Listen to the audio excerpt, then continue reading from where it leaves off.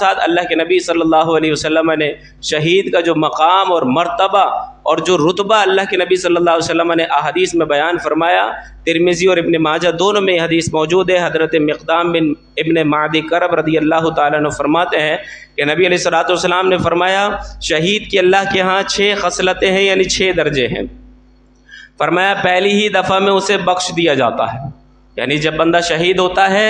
First attempt میں یہ نہیں دیکھا جاتا گناہگار تھا، سیاہ کار تھا، کیسا تھا، صاحب ایمان شہید ہے، فرمایا پہلی دفعہ میں اسے بخش دیا جاتا ہے۔ اور پھر فرمایا اور اسے جنت کا ٹھکانہ دکھایا جاتا ہے، یعنی اسے بخشش کے بعد اسے جنت میں ٹھکانہ دکھایا جاتا ہے۔ اور پھر فرمایا اسے قبر کے عذاب سے امان دی جاتی ہے اور وہ بڑی گھبراہٹ سے امن میں رہے گا، یعنی عذاب قبر سے بھی امان ہے، منکر نکیر کے سوالات ختم، قبر کی تنگی ختم، قبر کی تاریکی ختم، قبر کی وحشت ختم، قبر کے کیڑے مکوڑے ختم، قبر کے سارے عذابات اور آزمائشیں سب ختم۔ پھر اس کے بعد جو بڑی گھبراہٹ ہے، وہ بڑی گھبراہٹ کا دن کون سا ہے؟ وہ میدان حشر کا دن، وہ 50,000 سال کا دن جس میں سے 25,000 سال تک کوئی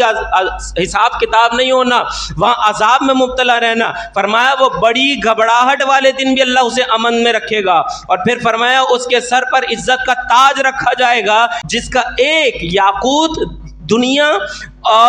دنیا کی چیزوں سے بہتر ہوگا، یعنی جو تاج کے اندر ایک یاقوت لگا ہوگا، ایک پتھر، فرمایا وہ یاقوت کا ایک پتھر دنیا اور دنیا کی تمام چیزوں سے ارفع و اعلیٰ ہوگا، جو شہید کے سر پہ رکھے ہوئے تاج میں وہ پتھر جڑا ہوگا۔ اور پھر اس کے بعد فرمایا حور عین، یعنی بڑی آنکھوں والی حوروں سے اس کا نکاح کیا جائے گا اور اس کے 70 اہل قرابت میں اس کی شفاعت قبول کی جائے گی، یعنی وہ لوگ جو 70 اس کے رشتہ دار ہیں جن پر جہنم واجب ہو چکی ہے، اس شہید کے صدقے اللہ تعالیٰ اس کے خاندان کے 70 افراد کو داخل جنت فرمائے۔ اب آپ مجھے بتائیے کہ کرنا کیا ہے؟ مرنا تو ہے ہی،